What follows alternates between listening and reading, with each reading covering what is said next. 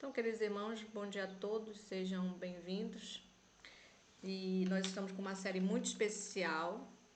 Iniciamos ontem e até julho é a previsão da gente trabalhar esse livro, Desejar a Todas as Nações. E hoje nós vamos falar do capítulo 5. Né? O nome da série é Conhecer Jesus é Tudo. E é verdade, né? Precisamos conhecer Jesus profundamente. E esse livro, ele fala minuciosamente da vida de Cristo. Ontem falamos sobre o seu nascimento, né? Com o missionário Jeremias. E hoje nós vamos falar sobre a dedicação. E quem vai falar desse capítulo para nós é o missionário Robson Rocha. Bom dia, irmão Robson. Seja bem-vindo. Bom dia, irmã. Muito obrigado. Eu que agradeço a sua participação aqui conosco. E passo a você a palavra. Obrigado. Irmãos, o texto lido para a base da nossa oração é o de Atos capítulo 3, verso 22, que diz: Pois Moisés disse, o Senhor vosso Deus levantará dentre vossos irmãos um profeta semelhante a mim, a ele ouvireis em tudo que vos disser. Então, o povo de Israel ouviram Moisés. Deus deu a lei para Moisés, Moisés apresenta os 10 mandamentos a eles, e Deus também dá ali algumas instruções de como se obedecer aqueles mandamentos, né? Um exemplo, o mandamento não matarás, que é o quinto mandamento, ele foi dado várias regrinhas. Moisés diz assim, olha, é olho por olho, dente por dente. Se você machuca o seu irmão, ele também vai fazer o mesmo com você, né? Já quando Cristo veio, ele ensinou de uma forma diferente, né? Moisés disse, olha, surgirá um homem, ele será semelhante a mim, a ele vocês ouvirão. E aí Jesus já disse, olha, foi dito antigamente que era olho por olho, dente por dente, a forma de guardar esse mandamento, né? Não matarás. Eu já vos digo que devemos orar pelos nossos inimigos, orar pelos nossos inimigos, né? E então Cristo ensinou uma forma completamente diferente de guardar a lei de Deus, de se obedecer. E Cristo foi muito maior que Moisés, né? É o próprio Deus ali em carne. E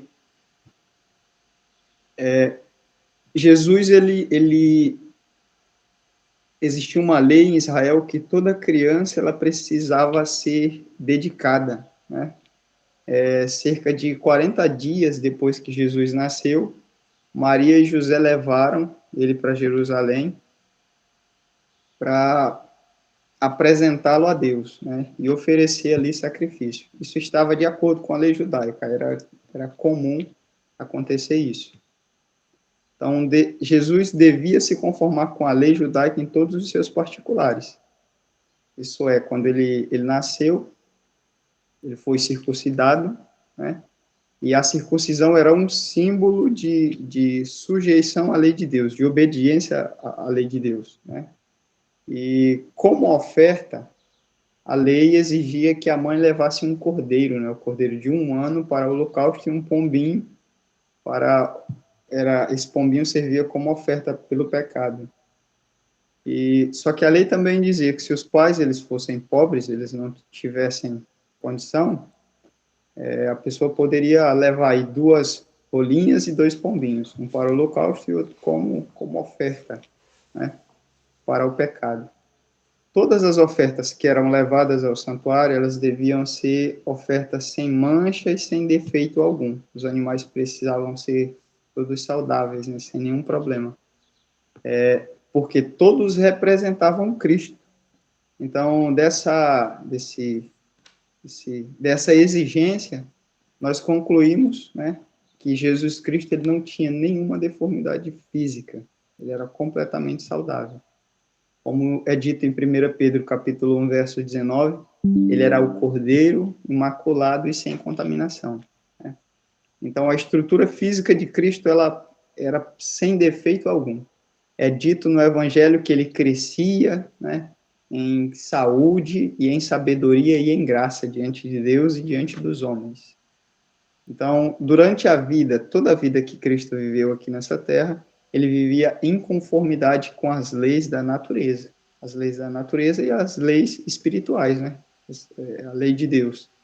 Então, Cristo ele era sem mácula fisicamente, não tinha defeito físico, e também era sem mancha alguma espiritualmente. Né? Isso por quê? Porque ele obedecia as leis de Deus, né? Então, Cristo foi um exemplo que Deus designou, um exemplo de o que seria toda a humanidade se elas obedecessem a Deus da forma que é para se obedecer. Né? Então, a dedicação do primogênito, ela teve início no Jardim do Éden, né? Desde o momento em que Deus promete dar o primogênito do céu para salvar as pessoas pecadoras. Então, o primogênito devia ser reconhecido por todas as famílias, né, e deveria também ser consagrado um primogênito dos animais devido a esse filho que nasceria, que era o primeiro, né? Uma representação do primogênito celestial que Deus concederia para morrer por cada um de nós. Então, todo primogênito devia ser consagrado ao sacerdócio. Ele era um representante de Cristo entre os homens também. E só que quando o povo de Israel ficou preso no Egito, eles perderam muitas instruções que Deus tinha dado a Abraão, né, a Jacó. E quando Deus usa seu servo Moisés para libertar o povo do Egito, a dedicação do primogênito ela foi novamente ordenada, né? Quando o povo de Israel estava na servidão e Deus instrui Moisés para ir com Faraó, né?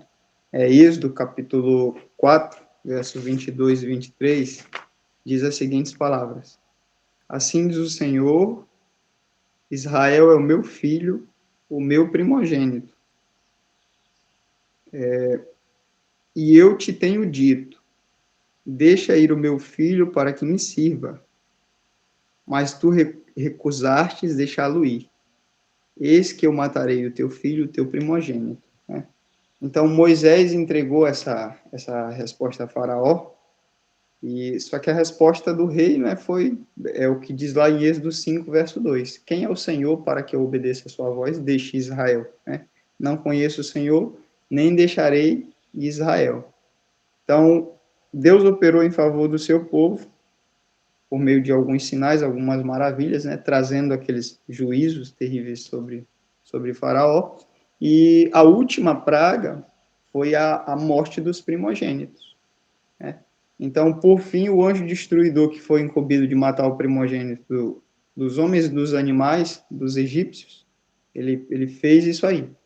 E com o propósito de que os israelitas fossem poupados, eles receberam a instrução, né, de que eles precisariam pintar as ombreiras da porta da casa com sangue de um cordeiro imolado. Cada casa tinha que ser marcada com esse sangue. Quando o anjo da morte passasse e visse essa marca, ele passaria, né, ele não mataria o primogênito que tivesse aquela marca.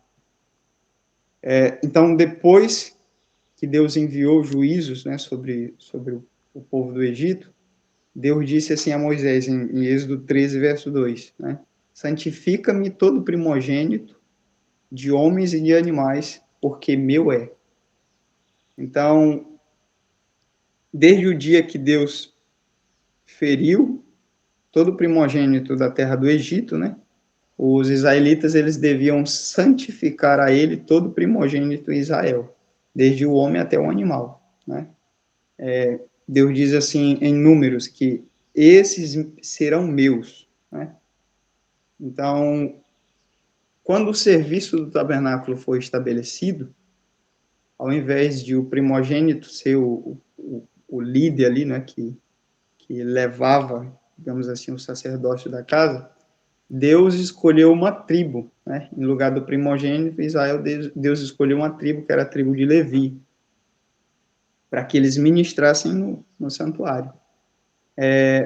Mas mesmo assim, os primogênitos deveriam ser considerados como pertencendo ao Senhor. Eles teriam que ser reavidos através de um resgate, né? Através de um cordeiro ou algo do tipo. Então, essa lei do primogênito, ela se tornou significativa, né? Ela tanto comemorava a libertação dos primogênitos, né, que passou o anjo da morte por toda aquela região, matou o primogênito do Egito, mas não dos filhos de Israel. Ela era uma representação disso, mas ela também prefigurava a libertação que o primogênito de Deus proporcionaria ao mundo, né?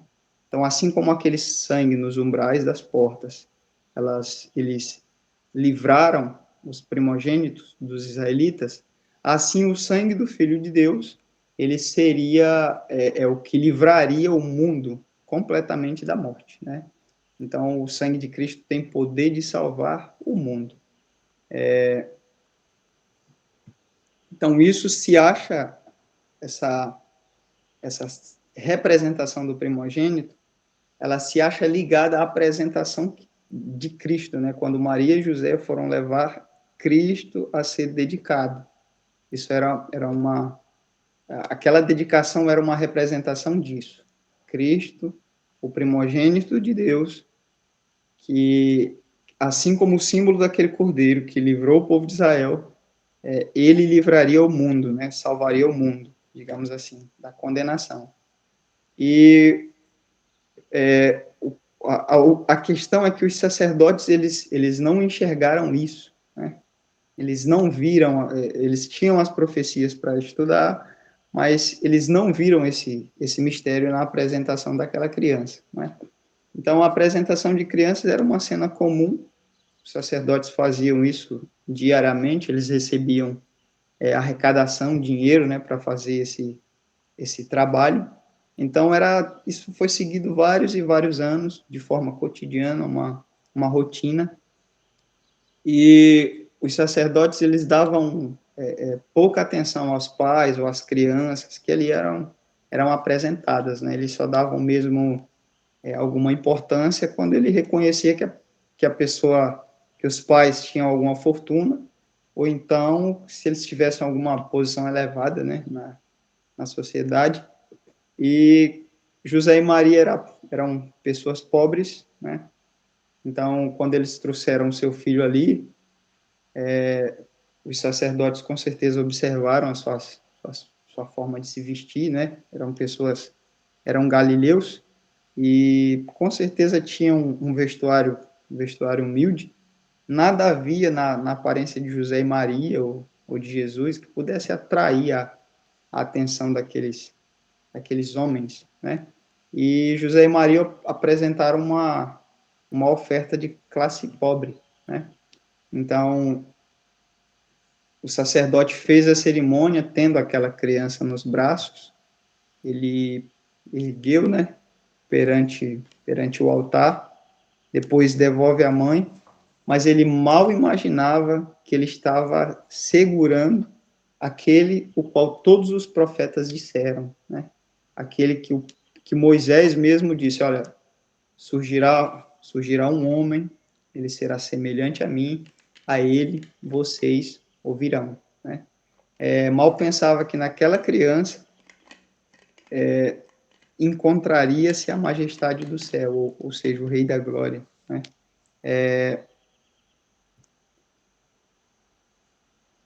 Ele não pensava, com certeza o sacerdote que fez a dedicação de Cristo, ele não imaginava, né? Então, com o passar do tempo, o templo foi destruído, depois reconstruído novamente, no santuário santíssimo, né, no Santo dos Santos, ali existia a presença de Deus visível, que era o Shekinah. Essa presença, quando foi reconstruído o santuário, né, após a destruição, Roma destruiu, né? O Shekinah desapareceu, né, do santuário, essa presença de Deus visível. Só que aquele templo ali recebeu Deus em forma humana, que era Cristo, né? naquela criança estava velada a glória de Deus. Ali era a presença de Deus velada em um corpo humano. Né? Aquela criança era Siló, o doador da paz.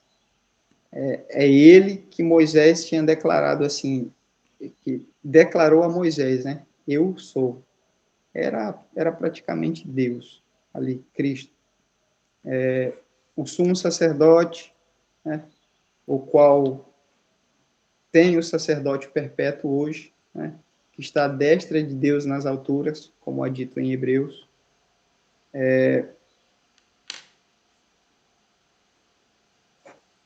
Então, no templo, o Filho de Deus foi consagrado à obra que ele veio fazer, né? E o sacerdote, ele olha como teria feito a uma pessoa qualquer, né?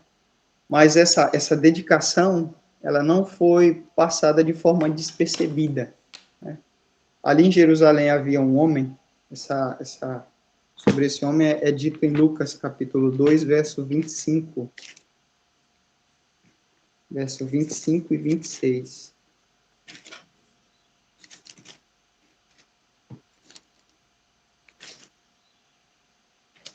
Onde diz assim: havia em Jerusalém um homem cujo nome era Simeão. Esse homem, justo e temente a Deus, esperava a consolação de Israel, e o Espírito Santo estava sobre ele, né? Então, entre os sacerdotes, na dedicação de Cristo, estava essa pessoa, era Simeão, né? Era um homem que tinha o Espírito Santo. E o verso 26 diz assim: fora-lhe revelado pelo Espírito Santo que ele não morreria antes de ver o Cristo, né? Então, quando Simeão entra no templo, ele vê ali a família apresentando um primogênito diante do sacerdote, né? Mesmo através daquela aparência de pobreza, Simeão, ele sendo usado pelo Espírito Santo, né? Ele é profundamente impressionado quando ele vê aquele menino sendo apresentado, né? Que é a consolação de Israel. Aquele que ele desejava ver, que é o Cristo, o Salvador. Então,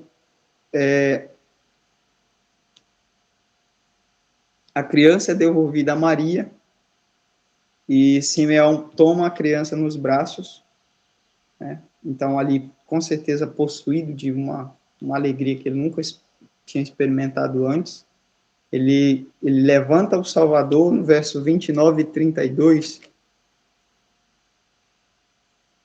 29 a 32.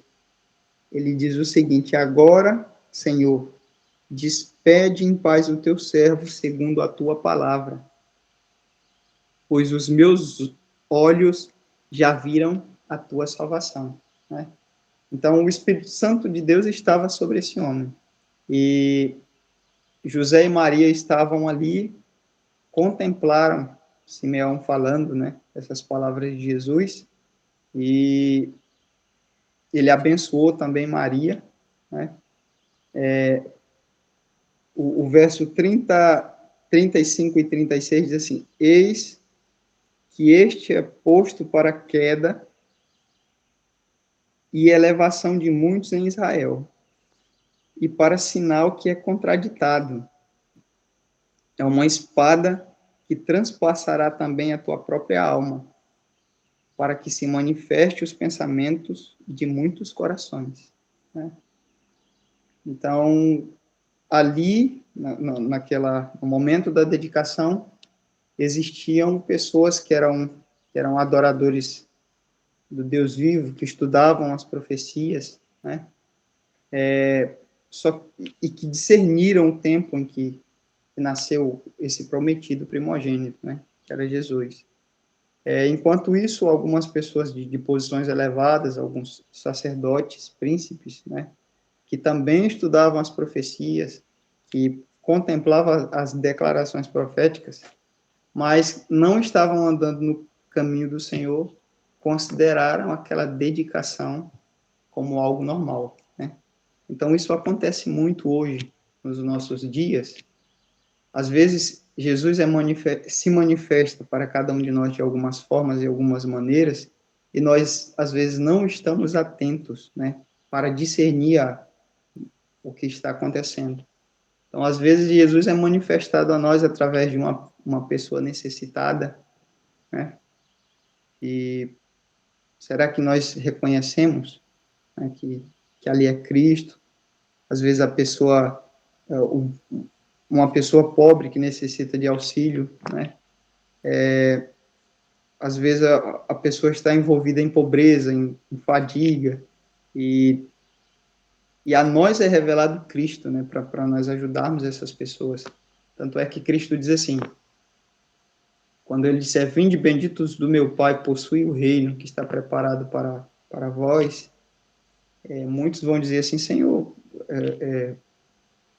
o que eu fiz, por que eu mereço isso? Né? Ele vai dizer assim, olha, eu tive fome, vocês me deram de comer, tive sede, vocês me deram de beber. Né? Estava preso, vocês foram me visitar. Aí quando, Senhor, que nós te fizemos isso? Quando vocês fazem a um desses pequeninos, vocês fazem também a mim. Né? Então, essas oportunidades, elas não podem passar despercebidas por cada um de nós. E, às vezes é Cristo se revelando, não podemos fazer como os principais fariseus, né, os homens, os sacerdotes que estavam ali. Então, Isaías 11, verso 1 a 5, 9, verso 2 a 6, diz assim, o povo que andava em trevas viu grande luz, e sobre os que habitavam na região da sombra da morte resplandeceu a luz, porque o menino nos nasceu, um filho se nos deu. O principado está sobre os seus ombros, e o seu nome será maravilhoso, conselheiro, Deus forte, Pai da eternidade, príncipe da paz. Então, ali estava o príncipe da paz, que é Cristo, né? Então, ele veio, como é dito em Lucas 2,35, para que se manifeste os pensamentos de muitos corações, né? Então, Jeremias 29:11, pensamentos de paz e não de mal. Esse é os pensamentos, os desejos que Deus tem para cada um de nós, né? Então, pela vida e pela morte de Cristo, os pensamentos dos homens são trazidos à luz. Da manjedoura à cruz, a vida do Salvador foi um convite à entrega e à participação do sofrimento. Revelou o desígnio dos homens. Jesus veio com a verdade do céu e todos quantos ouviram a voz do Espírito foram atraídos a ele. Os adoradores do próprio eu pertenciam ao reino de Satanás. Em sua atitude em relação a Cristo, todos manifestariam de que lado se achavam. Assim, todos passam sobre si o mesmo julgamento. No dia do juízo final, toda alma perdida compreenderá a natureza de sua rejeição da verdade. A cruz será apresentada, a sua real significação será vista por todo o espírito que foi cegado pela transgressão. Ante a visão do Calvário, com sua misteriosa vítima, achar-se-ão condenados os pecadores. Toda falsa desculpa será banida, a apostasia humana aparecerá em seu odioso caráter, os homens verão que foi sua escolha, toda a questão da verdade, de erro, na longa controvérsia, terá então sido esclarecida. No juízo do universo, Deus ficará isento de culpa pela existência da contaminação do mal. Será demonstrada que os decretos divinos não são cúmplices do pecado. Não havia defeito no governo de Deus, nenhum motivo de desafeto. Quando os pensamentos de todos os corações forem revelados, tanto os leais como os rebeldes se unirão em declarar justos e verdadeiros são os teus caminhos, ó Rei dos Reis. Quem te não temerá, ó Senhor, e não manifestará o teu nome? Porque os teus juízos são manifestos, né? Então, a dedicação de Cristo foi algo muito significativo para o mundo, né? Como algo para a salvação do mundo inteiro. Que nós possamos contemplar essa dedicação, né? E não fazer como as pessoas daquele tempo, fazermos como as pessoas que que estavam ali preparados, né, para contemplar o Messias vindo, que era Ana, Simeão, né, contemplou o Salvador e pôde dizer, olha, Senhor, agora tu pode me despedir em paz, eu posso até morrer porque eu vi a salvação de Israel. Né? Que nós possamos ter esse discernimento e contemplar a obra de Cristo também no santuário que Ele está realizando por cada um de nós nessa noite. Esse é o meu desejo, as palavras que eu tenho para cada um de nós essa noite, em nome de Jesus. Amém.